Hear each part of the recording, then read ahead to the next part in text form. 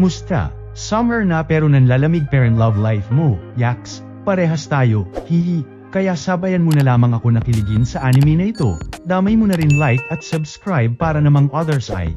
Salamat. Sa kalaliman ng kagubatan, na kung tawagin ay Lost Woods, sa isang laspag na kastilyo, ay isang sorcerer na nga ang tumira na bukod kinatatakutan at kinasusuklaman ng karamihan, ang ating bida na nagngangalang Zagan. Sa kung saan ay isang manyak na nga ang ipinakita kung saan nais pagsamantalahan si ate biktima. Bukod sa takot ni ate ay lubos na gulat na nga ito nang makita na hindi tao ang nasampal niyang gago. Banat naman ng lalaki na wag daw assuming ang dalaga na pagsasamantalahan siya, dahil tanging target niya ay ang mukha nito lalo't lalo na at isa raw itong berhen. Sa kung saan ay nagulat na nga lang ang kalaban nang bigla na lamang siya buhatin mula sa ulo ng isang lalaki na pinakitang si Zagan. At sa bakuran niya pangaraw na isipan ng dalawa na maghimala. Sa takot ng lalaki at tila napagtanto na teritoryo ito ni Zagan ay pilit nakiusap na nga ito na pakawalan siya, kapalit ng lahat ng kanyang kaalaman sa sorcery. Wala akong pake sa walang kwenta mong kapangyarihan, banat naman nga ng ating bida hanggang sa di niya namalayan ay napisak niya na ang ulo ng kalaban. Nataranta na nga si Zagan at nahimatay si ate biktima nang makita ang mga kaganapan, at medyo nasobrahan daw ata ang nagawa niya. Sa pag-aalala nito na baka matroma ang dalaga ay nagcast na nga ito ng spell kung saan ibinalik ang lahat sa dati, nang paggising na raw ni ate ay isipin lang nito na panaginip lang ang lahat. Nang makitang tagasimbahan nito, na siyang kalaban ng mga sorcerer na katulad niya, ay agad na nga nitong naisipan na i-teleport si ate sa pinakamalapit na bayan, at baka pag magising ito ay siya pa ang sisihin sa mga kaganapan. Ngunit bago niya pa man ito magawa ay bigla na lamang lumutang ang isa pang sorcerer, na nagngangalang Barbatos. Musta Zagan, ika na nga nito sa kanya at mukhang busy nga raw itong bida natin. Ayon naman sa binata ay tinuturuan niya nga lang daw ng leksyon ang mangtanga na nanggugulo sa kanyang bakuran. Aba, sana all may oras sa mga ganyang bagay, bilang isang sorcerer, dapat sa mahalagang bagay mo lamang inaalay ang oras mo tulad ng pagpapalakas, at ang buhay ng ibang tao ay basura lamang nagatong sa ating mga layunin, ganyan dapat ang sorcerer. Baka nakakalimutan mo Gar, banat na nga nito sa kanya. Aba, madami-dami mana nitong dalaga, isasakripisyo mo ba ito? Tanong na nga sa kanya ni Barbatos. Ayon naman kay Zagan ay di nga raw niya style ang sacrificial sorcery, sabay tinel-import na nga si ate mo. Sayang naman, KJ mo talaga kahit kailan, panghihinayang na nga nitong si Barbatos. O ano ngayon, sige na matutulog na ko at puyat ako, sabay umalis na nga itong bida natin. Ay grabe siya, wala man lang pa-snack dyan, tsaka pwede mo naman gamitan magic utak mo nang di mo na kailangan matulog pa, ika na nga ni Barbatos sa kanya. Yan kakaganyan mo kaya mukha ka laging batok sa katul at kating ko dadamay mo pa ako, ribat na nga ng bida natin sa mukhang adik na sorcerer. Ay grabe siya anyway nandito nga pala ako kasi may mainit-init akong chismis sa'yo. Alam mo bang patay na si March Osias, ang isa sa mga archdemons? Lubos kinagulat na nga ni Zagan ang balita dahil ang nasabing archdemon ay ang pinakamatandang archdemon sa 13 archdemons ng kanilang mundo na halos milenyo nang nabuhay. O diba, hot issue, nagka-interes ka bigla, banat na naman nga ni Barbatos. Dami mo sinasabi, so ano nga kailangan mo imbes na natutulog na ko ngayon, ribat na nga ni Zagan dito. Ayon na nga dito kay Barbatos ay magkakaroon daw ng malaking auction ukol sa mga naiwang leg-asya ng yumaong archdemon. Kalaunan ay pinakita na ngang naglalakad ang dalawa sa bayan kung saan nagrereklamo itong si Zagan. Hype ka uutang ka lang pala pera para sa auction dami mo pang ibes, kung iisipin pwede ko naman bilhin na lang yun ang ako na lang, banat na nga ng ating bida sa natokang na sorcerer. Teka lang naman friend andaya mo naman ako na nga nagsabi sa'yo ng impormasyon, di maghanap ka ng ibang mauutangan, ribat naman nga ni Zagan. Ay grabe ka mo talaga ito, tsaka ikaw lang kasi kakilala ko na makakapagpahiram sa akin, o kaya kung gusto mo bigyan kita chicks bilang dagdag kapalit, pilit pagkumbinsi na nga ni Barbatos. Medyo napaisip naman si Zagan bagamat sa isip-isip ay trouble lamang ang mga babae, hanggang sa bigla na nga lang umagaw sa atensyon nila ang mga natatarantang gwardiya. Ayon naman kay Barbatos ay dahil ito sa sunod-sunod na pangingidnap sa lugar na ito, na marahil kagagawan daw ng isang sorcerer. Nabahala naman itong si Zagan dahil siguradong di ito palalampasin ng simbahan, sabay napaisip kung nagpaplano raw ba na mag-summon ng kung ano ang nasabing serial kidnapper. Kalaunan ay narating na nga nila ang lugar kung saan nagaganap ang auction na nabanggit ni Barbatos, kung saan ayon nga dito sa mukhang adik niyang tropa ay dinumog ng iba't ibang sorcerers na candidates para sa naiwang pwesto ng yumaong archdemon na si March Osias, at lubos ibinida na isa siya sa mga candidates na ito. Pinagtaka na nga ito ni Zagan at sino raw ang namimili sa nasabing naiwang pwesto. Ayon naman kay Barbatos ay nakadepende nga raw ito sa naiwang 12 archdemons, at habang nag-uusap nga sila ay napansin na sila ng ibang sorcerers, kung saan naintriga na nga sa ating bida, at bagamat bata pang araw ito at walang titulo, ay isang araw ito sa mga archdemon candidates.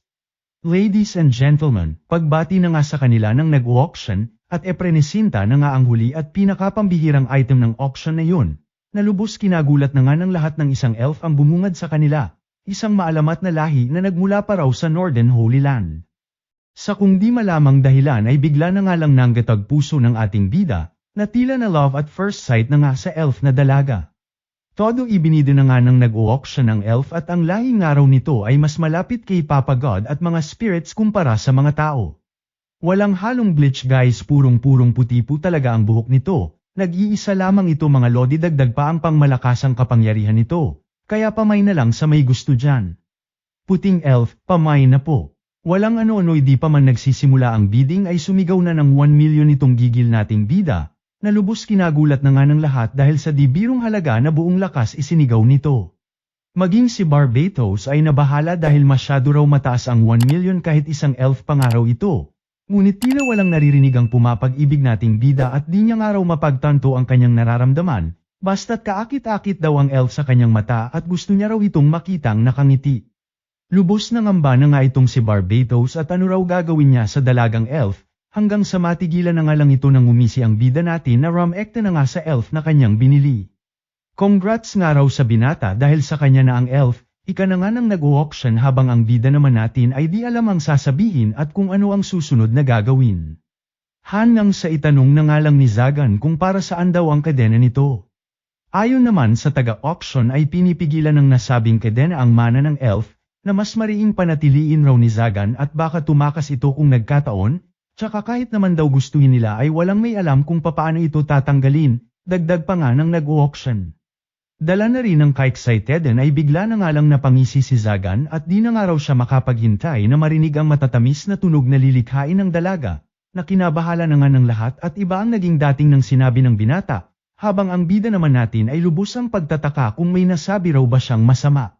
Pagsapit ng gabi ay kasama na nga ni Zagan ang elf sa kanyang kastilyo, na pinakitang lubos na mamroblema kung ano ang sasabihin niya sa dalaga, at wala ngang experience makipag-usap sa mga babae. Kung ano-ano na nga ang pumasok sa isip nito, ngunit olats daw ibanat sa dalaga, hanggang sa bigla na ngang nagsalita ang elf at may tanong daw siya sa ating bida kung mamarapati nito. O ano yun, sagot naman ng bida natin na pilit tinatago ang kilig na kanyang nadarama lalo na at narinig na boses ng dalaga. Sa papaanong paraan mo po ako papatayin, ika na nga nito kay Zagan, nang makapagprepara man lang daw siya kung nagkataon. Lubos na gulat naman ang binata, sabay agad binara na nga ang elf at wala nga raw siyang plano na patayin ito, at kung meron man ay nais niya itong mabuhay. So mas malala pa sa kamatayan at panghabang buhay, sabay titig na nga ng dalaga sa mga kagamitang pang-torture na nakabalander sa kastilyo ni Zagan. Napasusmerisep na nga lang ang ating bida sa isip-isip niya at sa dating may-ari nga raw ng kastilyo ang mga kagamitan na ito, at nawalan nga lang daw siya ng oras para alisin ito. Change topic na nga lang ang binata at nagpakilala sa elf, at isang araw siyang sorcerer ngunit wala siyang interes sa pagtutorture. Bagamat nagawang makapagpakilala sa elf ay di naman makuhang tanungin ng binata ang pangalan ng dalaga, hanggang sa tila napansin na nga ito ng elf kaya siya nang nagkusang nagpakilala sa kanya, na si Nephelia. Wala raw siyang apelyido pero kung gusto nga raw ng binata ay tawagin na lamang siya nitong Nephi. Lubos na gandahan na nga si Zagan sa pangalan ni Ate Elf bagamat di masabi ng diretso sa dalaga, hanggang sa dito na nga rin niya nalaman na ayon dito sa elf ay isa raw siyang sinumpang bata, kaya di tulad ng ibang elf ay wala raw siyang apelyido. Ngunit huwag nga raw mag-alala ang sorcerer dahil isa siyang virgin, kung pananggangamba raw ng ating bida ang value niya. Lubos na taranta na nga si Zagan at may pasilip pa si Ate Elf mo, at ipinabatid sa dalaga na wala siyang intensyon na anumang masama. So bakit mo po ako binili? Pagtataka na nga sa kanya ni Nephi, Di mo na kailangan pang malaman, tanging nasagot na nga lang ng ating bida, habang sa isip-isip ay lubos nahihiya dahil kung sasabihin niya raw na tinamaan siya sa dalaga nung nakita niya ito sa auction ay magmimistulang manyak daw siya sa paningin nito. Kalaunan ay nilapitan na nga lang nito si Neffy at sa ngayon daw ay bibigyan niya na muna ito ng kwarto, kaya mamili na raw ito. Naguluhan na naman nga ang elf at kung pinapapili raw ba siya ng sorcerer ng kwarto kung saan siya mamamatay, na agad na naman ngang sign niya planizagan at wala nga raw siyang plano na patayin ito. Dito na nga niya napagtanto na ito na ang kinamulatang sistema ni Neffy simula noong naging slave ito, na marahil laging sinasabihan na magiging test subject lamang siya o isasakripisyo kung sakaling may benta siya. At siguro ay dumagdag pa nga raw ang tinutukoy ng dalaga ukol sa pagiging cursed child nito at siguradong walang tahanan na babalikan. Tila nakarelate naman ang bida natin dahil tulad daw nito ay wala rin siyang apelyido, na hindi niya nga raw maalala kung sino ang mga magulang niya, at namuhay ng mag-isa noon pa man, sa kalye kung saan-saan. Binili kita dahil kailangan kita, kaya tumigil ka na sa papatayin na yan, ika na nga ni Zagan sa naguguluhang dalaga. Tumuloy na nga sila sa paghahanap ng kwarto para sa dalaga, at dito napatanong na nga si Zagan kung di naman daw ba takot sa heights itong dalaga. Umiral na naman nga kapreningan ni Ate Elf at kahit anong taas pa raw yan, sa leeg man o sa kamay ay si Zagan ang pakikinggan. Buisit wala nga akong planong torturein ka, ribat na naman nga ni Zagan habang ang dalaga ay naiwang nagtataka na naman. Nagkatisod-tisod na nga si Ate Neffy mo sa hagdan kaya nagka-moment ang dalawa. At di na nga namalaya ng ating bida na hawak-hawak niya na ang kamay ni Neffy, na lubos kinablush na nga ng pumapag-ibig nating binata. Nang marating nila ang kwarto sa taas ay agad na pasara na nga ng pinto itong si Zagan nang makita ang pamugat ulo na aparato na nakasilid dito. Ano pa nga ba at umiral na naman tama ni Neffy at kunin na nga raw ni Zagan ang ulo niya na hihi. Nataranta na naman nga ang binata at ramason pa nga na trap daw ito para sa mga subok man luloob na kalaban. Pero since gagamitin ng araw nila bilang kwarto ay kalaunan pinasabog na nga nito. Napansin naman ni Zagan na tila mas natakot na naman tuloy si Neffy sa nasaksihang pasabog niya, at sa isip-isip ay sinisi na nga si Barbatos dahil ito lang daw nakakausap niya kaya ganito siya. Kalaunan ay natuon na nga ang atensyon ng dalawa sa buwan, at napatanong na nga si Neffy kung okay lang daw ba na dito na kwarto niya. Hala pero tignan mo naman kwarto mo, pag-aalala na nga ni Zagan. Okay lang tsaka ito ang kwartong inilaan mo sa akin, Master, ika na nga ni Neffy sa kanya nang may ngiti at nagpasalamat sa kanya. Oo na nga lang si Zagan sabay na pangiti rin at sa tagal daw ng panahon ay ngayon lang ulit may nagpasalamat sa kanya. Same nga raw sila at ngayon lang daw ulit siya nakapagpasalamat ng ganito ika naman ni Neffy. And they live happily ever after simula pa lang pala ng kakulaitan nila, hihi, kaya like at subscribe ka na Lods para sa mga susunod. Lumipas na nga ang magdamag at di na nakatulog ang loverboy nating bida, na binabantayan na lamang matulog si Neffy at di nga nagawang magamit ang kwartong pinasabog niya kaya heto bukod sa puyat ay gutom na rin. Nang magising si Neffy ay agad na nga itong sinalubong ni Zagan ng may dalang pagkain ngunit lubos na problema ng batiin ng good morning ng dalaga at ano raw ang ererebat niya ritong pagbati, hanggang sa nang ibabaw na naman ang kasupladuhan ni Zagan at sinabing ito na nga raw ang pagkain kaya kumain na ito. Na lubos kinabuisit na nga nito sa isip-isip niya at simpleng pagbati hindi niya magawa. Habang nagmo-moment sa pagkain ay napatanong na nga si Neffy kung bakit parehas daw sila ng kinakain, at medyo nakakapagtaka nga raw. Teka masyado bang plain yung pagkain para sa'yo? Tarantang tanong na nga ni Zagan. Yun nga po ang pinagtataka ko Master, kasi typically para sa mga slave ang mga ganitong klase ng pagkain, ika na nga ni Neffy sa kanya, nang may todo-todong pag-aalala. Sa isip-isip naman ng bida natin ay nasanay na nga raw siya na ganito ang pagkain noon pa man, at kahit nga raw panas na tinapay ay binabanata niya dati magkalamantiyan lang siya, at magpahanggang ngayon maging siya ay pinagtataka kung ano raw ba ang kinakain ng mga normal na tao. Lubos na gulat na nga si Zaga nang bigla na lamang magpresente si Neffy na magluto, na todo nilagnat na nga sa kilig nang marinig na ipagluluto siya ng lubos kinaiinlaban na dalaga. At since magluluto nga raw si Neffy ay kakailanganin nilang mag-shopping sa bayan. Nang sasakay na sila ng karawahe ay natigilan na nga itong si Zaga nang maglatag na ng presyo ng pamasahe si Paz ang driver, at sa isip-isip ay naubos na nga raw ang pera niya gawa ng nakaraang pagbili niya dito kay Neffy. Kaya kalaunan ay pasimpleng niyaya na nga lang ang dalaga na maglakad papuntang bayan. Lubos na problema na nga si Zagan at ni Singkong Dulang wala na daw siyang pera, sabay napaisip na nga na ibenta ang mga torture equipments na nagkalat sa kastilyo niya ngunit kakailanganin din ng pera para mapahakot ito. At what if holdupin na nga lang daw niya si Pas ang driver kanina na sure easy money nga raw ayon dito kay Zagan. At kung ano-ano pang ang ideya makarakit lamang ng pera, hanggang sa natigilan na nga sila ng marinig na tinambangan na ng masasamang tao ang kanina'y sasakyan sana nilang karwahe. Nang makitang na-stress si Neffy sa mga kaganapan ay agad nagpakitang gilas na nga ang bida natin at naglabas ng kurukuryenteng spell na pinatama sa mga kawatan at sa isip-isip ay ipapakita niya nga raw sa dalaga na wala itong dapat katakutin. Siyang tunay nga ay biniisak lamang ni Zagan ang mga kalaban, hanggang sa kalaunan ay magtawag na nga ng backup ang mga nasabing kawatan. Isang sorcerer na nga ang nagpakita mula sa kung saan at nagpasiklab ng kanyang nag-aalab na spell. Ngunit sa gulat ng kalabang sorcerer ay tila nawalan daw ng bisa ang kanyang kapangyarihan, hanggang sa ipakita na nga na basic kinontrol lamang ito ni Zagan at siya na ngang binaktiyo sa kalaban. Sa takot ng mga kawatan ay kanya-kanya na nga itong takbo sa gubat, habang itong bida naman natin ay papogi na ngang lumingon kay Neffy ngunit sa kasamaang palad ay tila maging si Lablab niya ay natakot sa pinakita niya.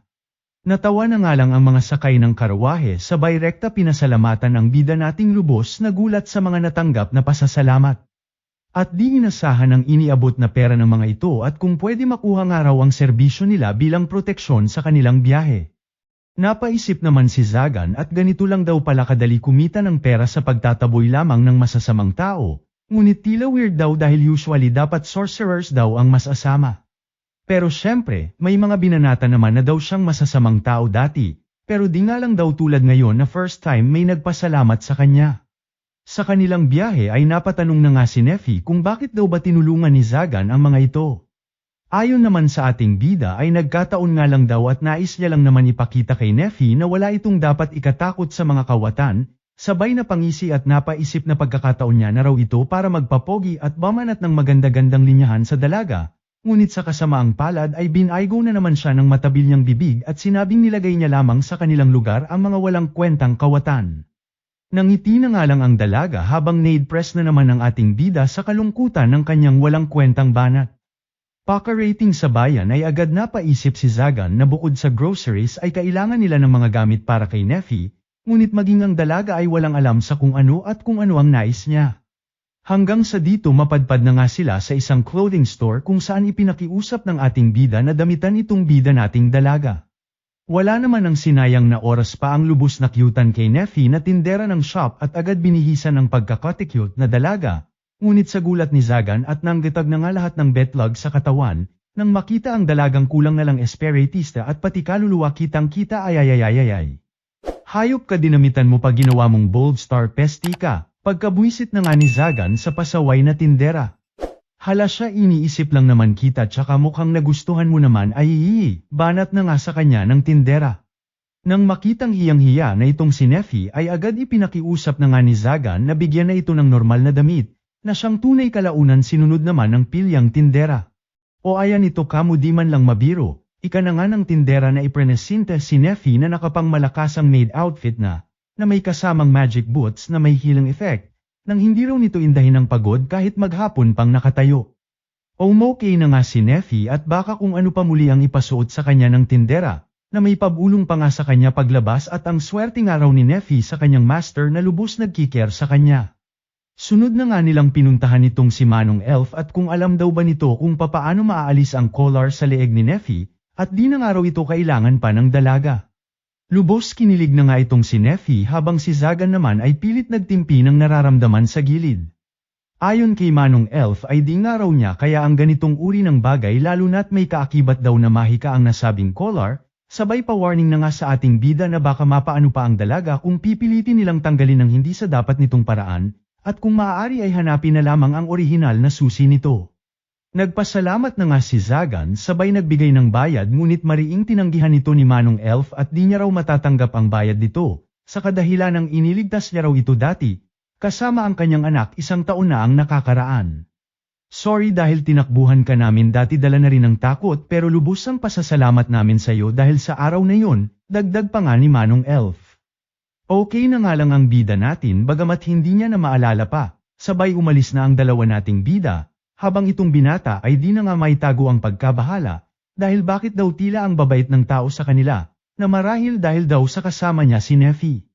Inabot na nga ng maghapon ang dalawa sa paglilibot at pamimili ng groceries, kaya naman naisipan na lamang ni Zagan na sa labas na muna sila kumain ni Neffy. Master, talaga bang seryoso ka na nais mong tanggalin ang collar ko? Tanong na nga ni Neffy at di daw ba nangangamba ang binata na baka takbuhan niya ito kung nagkataon.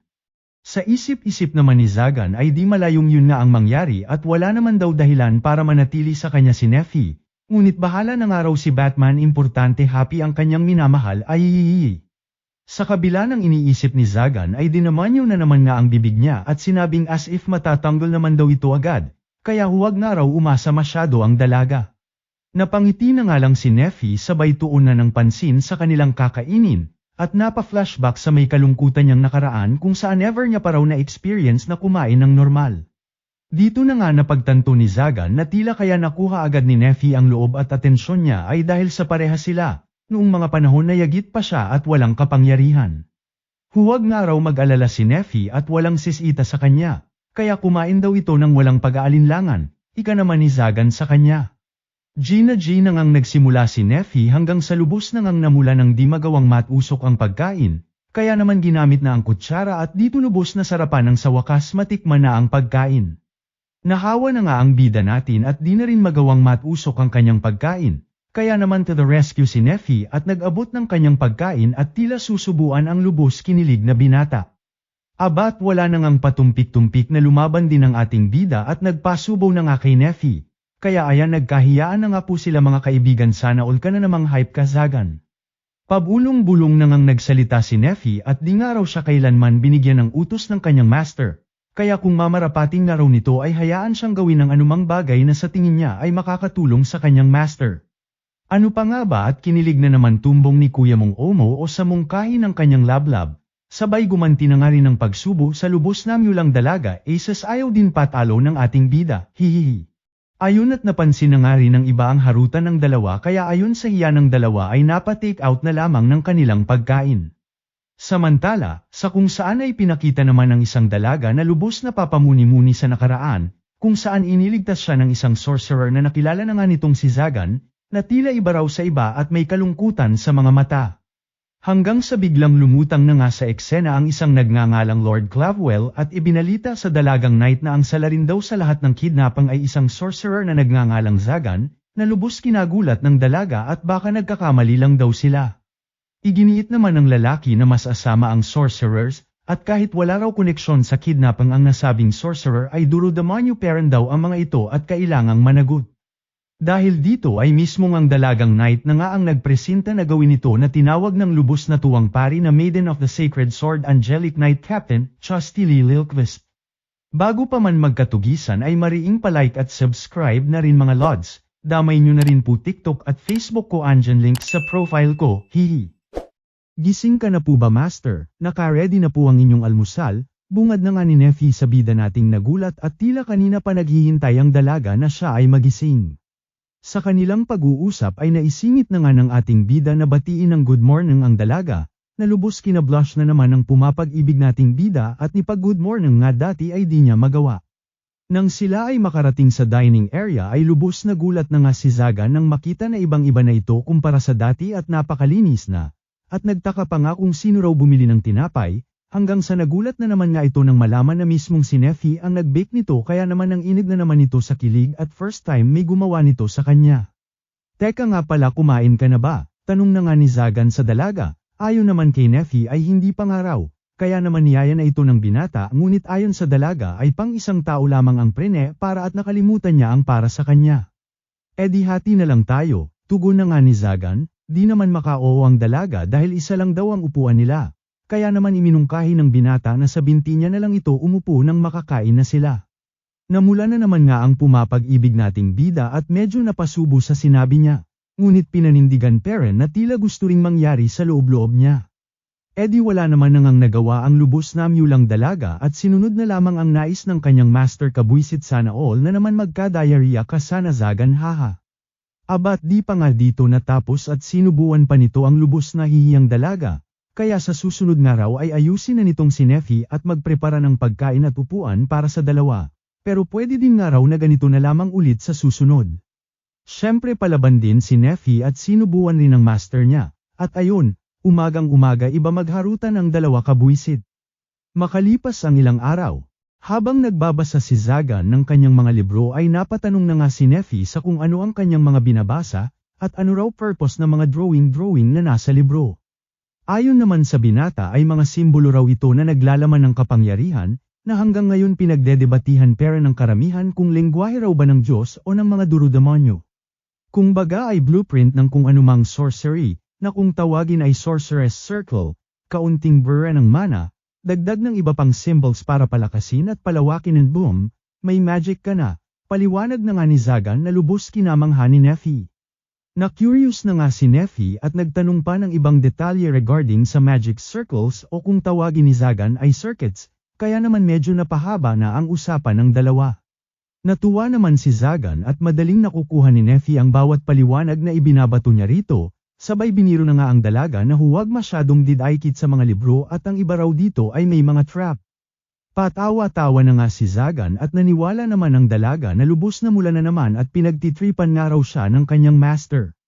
Ay mukhang tuwang-tuwa ka nga banat naman ang binata at may mannerism na raw si Neffy na gumagalaw ang tenga kapag masaya. Di na nga matago ni Neffy ang kanyang tuwa at ngayon lang daw sila nagkaroon ng mahaba-habang usapan ng kanyang master, habang itong binata naman ay pilit tinatago ang kilig na nararamdaman. Sabay tanong ulit ni Neffy kung ano raw ba plano ni Zagan gamit ang pambihirang kapangyarihan nito. Bagamat nagulat sa tanong ni Neffy at never niya raw ito inisip, ay siguro'y para makasurvive daw sagot naman ng binata, at dito na nga napakwento si Zagan ng kanyang nakaraan kung saan boy hamog ito dati, walang pera, walang tahanan, batang laman ng lansangan at nagnanakaw, para makaraos sa pang-araw-araw. Hanggang sa isang araw ay nakulimbat daw siya ng isang sorcerer, at uso nga raw noon ang sinasakripisyo ang mga bata para sa sorcery. Swinerte nga lang daw siya at nagawa niyang makatakas sa nasabing sorcerer at yun na nga raw ang nagsilbing wake-up call niya para manatiling buhay at magpalakas. Sa gitna ng kwentuhan nila ay bigla na nga lang natigilan si Zagan at naramdaman ang pagdating nila Ate Night, kaya naman agad nagpaalam kay Neffy at sasalubungin nga lang daw niya ang mga dayo, at magluto na nga raw itong dalaga ng kanilang hapunan at siguraduhing pangdalawahan. Rekta teleport na nga ang bida natin sa gate ng kanyang kastilyo, kung saan bumungad sa kanya ang dalaga, na ayon kay Zagan ay taglay ang isa sa 12 sacred swords na simbolo ng lakas ng simbahan. At nakakamangha raw na isang batang babae ang may hawak, na kalaunan ay nakilala na nga ni Zagan, na ang babaeng nailigtas niya kamakailan pa lamang. Kung alam nga lang daw niya na angelic knight ito dati ay di na sana raw niya ito pinakawalan pa. Walang ano-ano'y bomb iron na nga ng atake si Zagan at may mga importante pa raw siyang bagay na gagawin. Ngunit basic hinarang lamang ng iba pang knights na nabuisit sa ating bida at basta na lamang umatake, at wala raw pinagkaiba sa ibang sorcerers na duwag ang mga galawan. O siya mukhang ayaw niyo talaga magsiawat, ika na nga ni Zagan sabay sinabayan ang lumusab na knight, na tumilapo na nga sa lakas ng suntok ng ating bida. Sa kabila ng mga pasaring ni Zagan ay ayaw talaga paawat ng mga burat abat ang lalakas ng loob puro naman taob. Kaya naman napilitan na ang dalagang knight na ibaba ang kanyang espada at puro nga tanga ang kanyang mga kasama. Paliwanag naman ni Zagan na wala raw siyang plano na patayin sila, na alam naman nilang mas magpapalala lamang ng sitwasyon lalo na pag nalaman ng simbahan, at kailangan nga raw niya na mabuhay sila ng maikalat ang takot sa iba pang tao. Sinungaling, ribat naman ng dalaga habang sa isip-isip ni Zagan ay iniisip lamang na ayaw niyang matakot si Neffy kung sakaling may mga patay na bangkay sa kanilang bahay. Nang tila nakatunog na ang dalagang knight ay agad na nga nitong nilusob si Zagan, na pilit iniwasan na nga ng binata at wa-epek ang spell niya sa sacred sword na hawak nito, at pinasaringan na naman ang dalaga na hindi siya pumapatol sa babae. Nabuisit na nga ang knight at di siya seneseryoso ni Zagan. At bakit daw kasi nag-sorcery pa ang binata? O bakit krimen ba ang paggamit ng sorcery, banat na nga ng bida natin? Oo naman ang dalaga at ito nga raw ang ugat ng lahat ng kasamaan, na agad kinontra naman ni Zagan at ano raw pinagkaiba sa kanilang mga knight, na basta lamang pumapatay ng sorcerers mema lang, di raw sa nagmamalinis siya pero kung tutuusin ay mas marurumi raw sila, ribat na nga ng ating bida sa dalaga. Ayaw din talaga papihil ni ate at talagang pinaglalaban ang kanyang nakagisnan, At unti-unti nang ang napa-atras si Zagan, hanggang sa gulat ng binata ay bumulong na nga ito sa kanya at kung willing daw ang ating bida na magpanggap na napatay niya. Ayon sa Knight ay di nga raw titigil ang simbahan hanggat alam nito na buhay ang binatilyo, kung sakali naman daw na matalo siya sa kamay ni Zagan ay magpapadala lamang ng mas malakas pang Knight ang simbahan para tugisin siya, so pekiin na nga lang daw nila ang pagkamatay niya, at mamuhay na lamang daw ng normal itong binata. Tsaka di mo pinatay ang mga kasamahan ko, dagdag pa na kahit anong dada mo ay wala akong nakikitang kasamaan sa mga mata mo. Ika na nga ng Knight kay Zagan, di nga rin daw niya nakakalimutan ang pagligtas ng binata sa kanyang buhay sabay humingi ng tawad at ito lang daw magagawa niya para sa ating bida. Napaisip naman si Zagan at bagamat binubuwis nga raw ng dalaga ang buhay nito sa mga paginap nito ay di raw pwedeng basta niya na lamang ito tanggapin, lalo na't may nefi na siya baka si nefi naman daw ang pagdiskitahan ng mga ito. Speaking of love niya ay bigla na nga siyang natigilan ng marinig ang boses ni nefi na sinundan siya sa labas, na agad na ngang nilusob ng isang Knight. Siyempre papabayaan ba naman ito ni Zagan na to the rescue na nga sa love niya, ngunit sa kasamaang palad ay nadali ang kamay niya na panangharang niya sa sibat ng kalaban. Walang ano-ano'y kung anong puwersa na nga ang kanilang nadama at mga close na narinig mula sa gubat. Sinaktan niyo master ko, ika na nga ni nefi na galit, kasabay ang pagtubo ng sandamakmak na mga tanim at ugat sa paligid na siya nangang pumulupot sa kalabang supot. Gulat na nga itong si Zagan sa mga nasasaksihan, sabay niyakap si nefi nang mapigilan. Kinagabihan ay pinakita na ngang nakauwi sila Zagan at nefi, sabay pa flashback ng mga nangyari kung saan kusa nang umalis ang Knights at nagsorry sa ating bida. Teka nga pala nefi, kala ko hindi ka marunong gumamit ng sorcery, tanong na nga ni Zagan sa dalaga. Sumagot naman si nefi na hindi raw ito sorcery at natahimik na nga.